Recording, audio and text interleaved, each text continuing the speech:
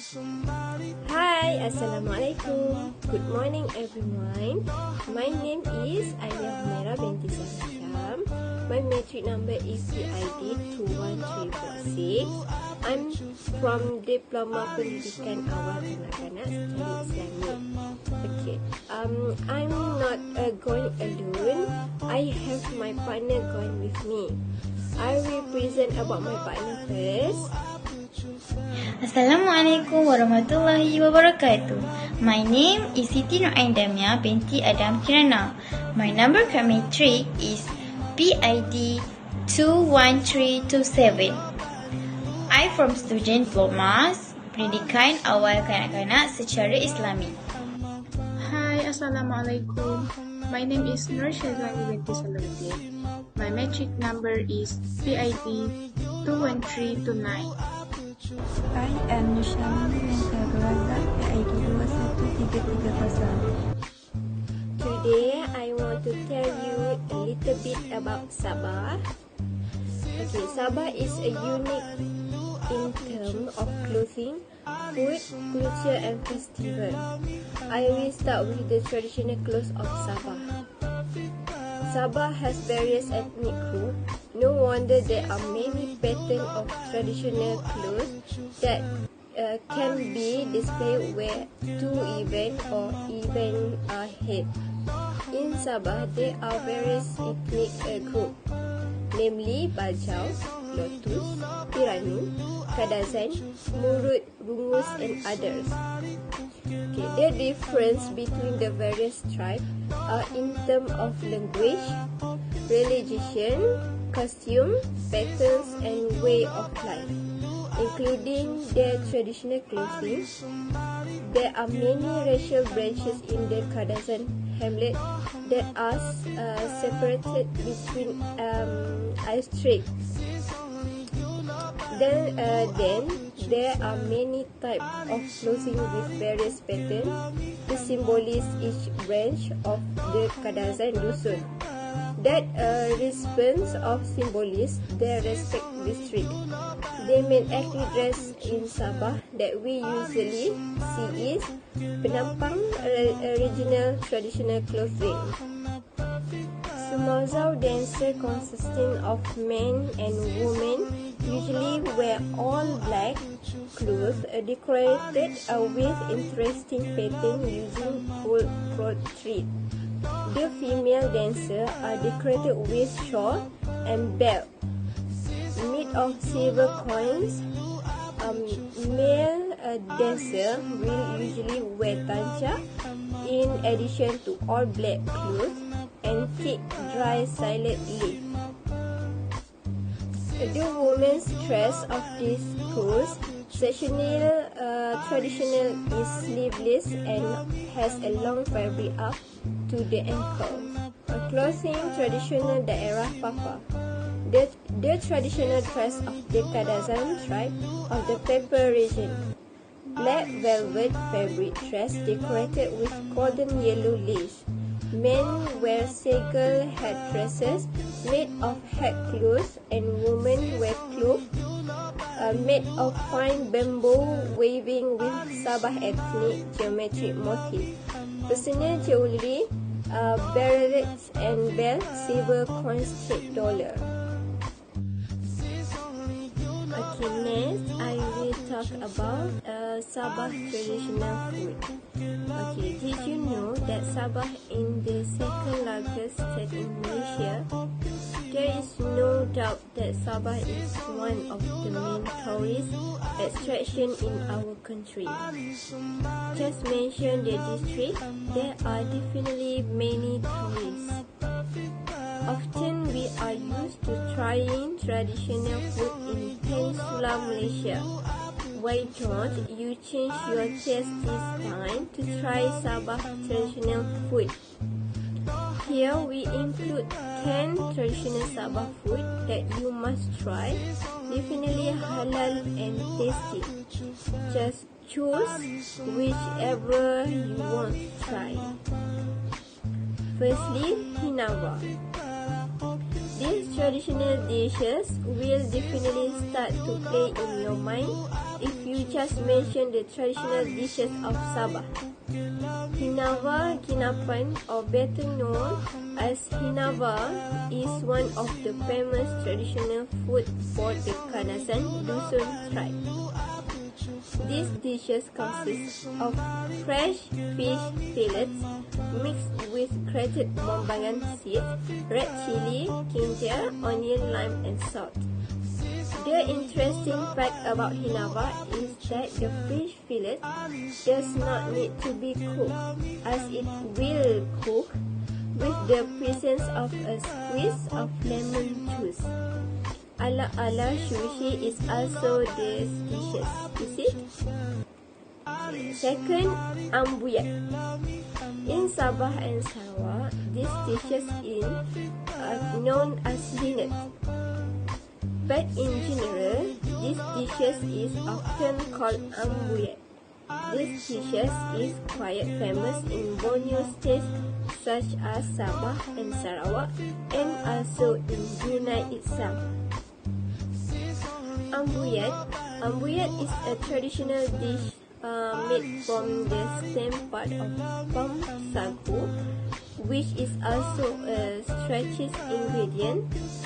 The taste and the way it's eaten are unique, but the deliciousness is still guaranteed. It is eaten with a bamboo fork called a candace by rolling the starch around the point of the fork and then dipping it into the sauce. There are various types of sauce. Some use belacan or boiled fish gravy. Okay, lastly, the Keamatan Festival, or in the Kadazan language, Magaba, is a special festival ceremony in honor of Bambasu, which is the spirit of paddy. This festival is a traditional practice of the Kadazan Dusun since time immemorial. This Magabao festival is usually held after the completion of the rice harvest. The Keamatan festival that we celebrate today has been approved by the colonial government legislative council as a public holiday since 1960.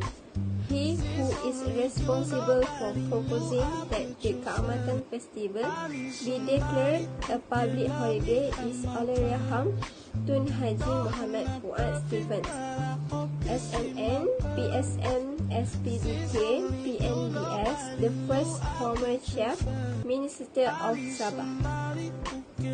According to Kadazan belief, the spirit of paddy is the Kinoingan or Kinohoringan in the Dusun dialect, known as Bambazun, worshipped as the creator and powerful source to existence. The spirit of Bambazun paddy is glorified on paddy rice and rice plants. Many believe that without rice, there is no life. Chinese New Year is a traditional celebration for the Chinese community, and this celebration can be celebrated with loved ones or the other race such as Malay and Indians. Chinese New Year celebration can also be celebrated with ampao money giving by others to the children or teenagers. The color red is also the color for all or the lucky color for the Chinese community. Similarly, the lion dance Chinese Wuxing is part of a traditional dance in the heritage costume of Chinese society, in which dancers will imitate the movement of a lion by wearing a lion costume. The lion costume is played by two dancers. One player in front by moving the head of the costume, while a part of dancer will play the back of the lion costume. The two dancers will move like lion on the stage proper. The lion dance will be accompanied by gong, drums, and the rumble of firecracker are said to bring good luck. Traditional Chinese food is also one of the traditions of the Chinese community. Among the list of traditional Chinese food in Malaysia that is popular and still continues to this day is yin sang, or known as yuxin. It's a food that consists of various salads and fish. The mixture of all these ingredients makes the dish colorful and very interesting. Yin sang is usually served on the event of Chinese New Year celebration with family or friends. In addition, mooncake are also among the traditional foods that are usually prepared before the Mid-Autumn Festival section of Chinese New Year. It tastes sweet and can be eaten on its own, and dumplings, or known as chaozin, are also a food available at Chinese New Year celebration, and these dumpling or chaozin have a skin made of wheat flour. Usually it contains variation type of ingredients such as fresh red meat and even vegetables such as chili, ginger, mushrooms, and herbs. Finally, the dress for the Chinese tradition is cheongsam. This cheongsam is often worn on appropriate occasion according to the passage of time such as weddings and Chinese New Year. This cheongsam dress is worn on women only. This cheongsam also has variation types of fabric, patterns, and color. There are many types cheongsam, but originally the traditional Chinese dress was layering, full of gold thread and sleek embroidery. Assalamualaikum and hi! Today, I want to tell you a little bit about India. Indians have a beautiful and attractive clothes, especially for women. There are two types of clothes for women and one for men. Women clothes named as Punjabi shirt as well as sari. Sari worn by various races such as Tamil, Malayalam, Telugu, and Brahmins. For men, the clothes are called dhoti. Next, Indian food. Indians have various types of food such as curry, roti canai, roti naan, tosai, tandoori, idli, vadai, putu mayam, and muruk. This is a mandatory food or can be said to be a favorite food for those who are Indians. In addition, they also have a dance. It's very popular. There are two types of dance in their culture. This dance named as Bharatanatyam and Kathak dance. This Bharatanatyam dance shows a classical dance style full of tradition. This dance takes years to master of this dance perfectly in terms of hand, foot, and eye movements. As the Kathak dance, this dance shows the classical Indian dance style. Originated from the northern India. There is a meaning behind the name of this dance. The meaning of the name Kathak is art. Then, musical instruments played by Indians. The musical instruments played by them are dholak, sitar, and tabla. Dholak is a classical Hindustani musical instrument. This musical instrument is beaten by hand. Sitar is a musical instrument originating from South Asia that is often used in the art of Hindustani classical music from the Middle Ages. This tabla is very famous in India's society. This musical instrument has a pair of drums called sida, which is a small drum, and daga, which is a big drum. Finally, the celebration of the Indians. They have two festivals named Deepavali and Thai-Pusan. Holi is celebrated by all Hindus around the world and is a holiday in Malaysia. This Deepavali is a combination of names where the word Deepa, which means light, and the word Kavali, which means line. This festival is celebrated on the 4th day of the month of Aipasi, which is the Tamil calendar. This month is the month between 10 and 11, also known as the Festival of Light. In line with that, the Thaipusam festival is the festival where they honor the Hindu god Lord Murugan. Festival is celebrated in the 10th month in the Tamil calendar known as the Thai month. To get rid of sins for a month by eating only vegetables on the day. They will bring a statue of Subramanya and be paraded with their traditional music. That's all. Thank you. I am Nushamini Venkatraza, PID 21330. Today I want to present about Malaysian culture. Malaysian food and cuisine is known for its rich and diverse flavors. As a multicultural society, Malaysia has inherited a wide range of cuisines and even created some of its own fusion blends that are unique and characterizing for Malaysian dishes. Nasi lemak. Nasi lemak is a traditional rice meal that is held as Malaysia's unofficial national dish. The main highlight is the rich and fragrant rice that is soaked in coconut cream before steaming. It is then served with a variety of local dishes such as salt peanuts with ikan bilis, hard-boiled eggs, preserved vegetables, fried chicken wings or fish, and sweet sambal chili. Although nasi lemak is a traditional Malay meal, it is very popular amongst different cultures and is commonly found in Southeast Asian countries such as Singapore, Brunei, and Indonesia. Otak-otak. Otak-otak, which is also known as otak, is a blend of carp or manfish, chopped onions, coconut milk, and flavorful local spices bound together with typical starch and egg to form a thick paste. Traditionally, the spicy otak-otak paste is wrapped in banana leaves and grilled over an open charcoal fire.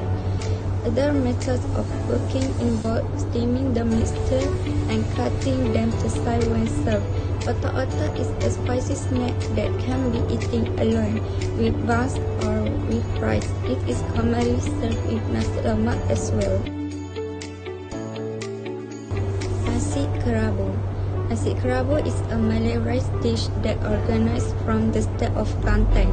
It is a popular blue-color rice meal eaten with dried fish or fried chicken, crackers, and local pickles. What sets this dish apart from the other Malaysian rice meal is the blue-colored tinted rice, which is not just visually appealing but also has an aromatic fragrance unlike any other. The blue tint comes from the petal of butterfly pea flowers, which are used to cook with the rice. The clothes of Malaysian culture. The Malay folk in Malaysia have several traditional clothes that are worth taking note of. When talking about Malay, it is important to note that Malays were not always Muslim. Islam is not always popular in this land of Malaysia, so Malays have traditional clothes that they used to wear before and after their conversion to Islam. Baju kurung. The current traditional dress for women in Malaysia is called baju kurung. It can be considered the most popular traditional clothing. The traditional baju kurung is a long-sleeve, knee-sleeve blouse spread with a long skirt that is called kain. This garment started to gain popularity after the Malay women need to wear something more modest and elegant as they convert to Islam. Some of the baju kurung variations include baju kurung Kedah, baju kurung Pahang, baju kurung Pesak, baju kurung Riau, and baju kurung modern. The baju kurung is now the girls' uniform for school in Malaysia as well as a formal wear for the government sector. Before Islam, Malay women simply donned a sarong that was was wrapped around the body and tied above the chest. This edge is called kambait.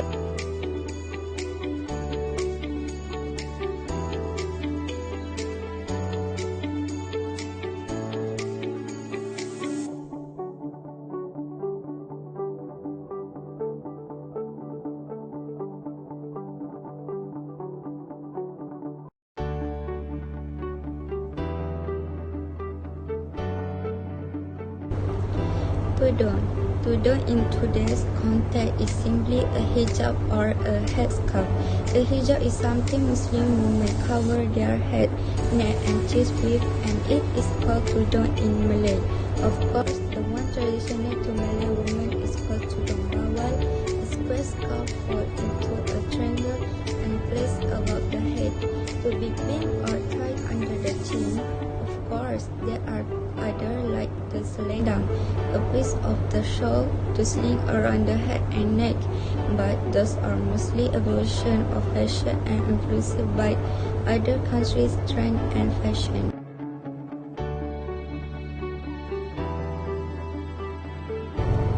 Baju Melayu. The traditional attire for Malay men is called the baju Melayu. They do not wear this traditional attire daily, but usually you will see men wear it during special occasions like Hari Raya, wedding, award ceremonies, and other formal occasions. Usually, due to comfort, men wear only the long sleeve top and his trousers only, but the complete look includes a piece of cloth or sarong being wrapped around the hips, as well as a traditional Malay black cap called songkok. The celebration of Malaysian culture. Aidilfitri is also called Hari Raya Aidilfitri or Hari Raya Puasa. It will always come first in an Islamic calendar, and it is celebrated after the month of Ramadan. The celebration is important to the Muslim because it commemorates their efforts in fasting the whole holy month of Ramadan. Starting from the first day of Ramadan, Muslims are required to fast from dawn to dusk for 30 days. In general, if you stay in Malaysia, you usually have to fast starting from around 6 a.m. until 7:30 p.m. After breaking their fast, Muslims will continue their religious practice and perform the Tarawih prayer at their local masjid, celebrating Hari Raya Aidilfitri in Malaysia. Before the Hari Raya, under normal, men and women will flock to shopping malls to buy new outfits, which they call baju raya. Malaysia usually will wear traditional Malay clothes like baju kurung, baju kebaya, and baju Melayu as baju raya. A day or two before Aidilfitri, Malaysians will gather in their hometown to celebrate Raya with their families and loved ones, like rendang, nasi impit, lemang, and many more. Kuih Raya is also served on the table in beautiful tin or containers for the family and visitors. There is no point in dieting during Raya. However, it will be sad not to enjoy the feast. It is very common for family and friends to visit each other during the rest of the month. Raya also means there will be many open houses to visit. These open houses were held not just for Muslims but also for all. In Malaysia, as technology advanced through the years, with the invention of social media and electronic gadgets seem to be a new and preferable pastime. In this era, kids nowadays don't play traditional games as much as kids like me once upon a time ago. Batu Seremban. Using the stone, or mainly known as Batu Seremban, is a traditional game that involves at least 2 players or more. It is usually played with few small round stones or pebbles. Besides small stone, a small triangular or round-shaped bag filled with seeds are also used as a substitute to stone. In addition, this game is usually played at home, in the park, or anywhere clean during their leisure time. As they found the perfect spot, they will sit on the floor in a circle and play in turn. play aim of the game is to collect each batu as the toss one on the air, and then must collect to the stone on the ground and then catch the tossed stone. Do this 5 consecutive times in one turn until there's no stones on the ground. You survive. If fail, you are eliminated. The winner is determined until there's only one person left survive.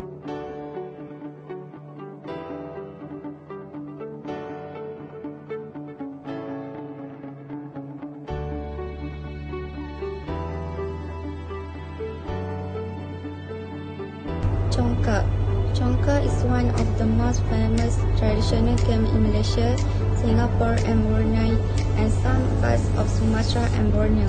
Congkak is considered as a game played for girls. Now anyone can play it. Congkak is played with 2 players sitting in front of one another. Congkak boards are made of wood and the sides are carved to various shapes and sizes. The name Congkak is originally from the Malay word Congak, that means mental arithmetic. Basically, that is how this game works. It's all about mental calculation. One easy trick to win this game is that you must mentally calculate your next move in advance, and this will give you an extra advantage to collect points and win the game. In addition, eagle hands are also one of the key factors to win this game. Wow. WoW is one of the popular traditional games in Malaysia played since hundreds of years ago. WoW consists of authentic Malay motifs that can be seen in the form of pattern and the design available. Back then, villagers used to believe that the rings symbolize a man's life and the flowers represent a woman's life. This game is popular in rural areas, especially in the east coast of Malaysia, which is in Kelantan, Terengganu, also in the northern states of Perlis and Kedah. WoW are usually played at the end of harvest season as a form of the stress after working in the field. This is a game that tests the skills and efficiency of the player in making and flying the kite, usually played by male adults. There is no fixed number of players. In fact, the more the merrier. While playing in open areas, this game requires a kite and long strings or yarn. The game can also be played as a competition to choose the highest flying kite. The most skillful player in flying the kite that makes the most best melodious sound.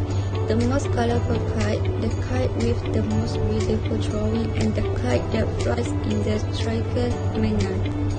The 3 types of WoW are WoW Bulan, WoW Kuching, and WoW Jalabudi. WoW Bulan named for its crescent-like tail shape, while Jalabudi are known as woman kite, that's the curve of a woman, and WoW Kuching named after a shape resembling a cat that is sitting from the rear corner, starting from the head, the body, and the top of the cake. That's all from me about Malaysian culture. Thank you for watching.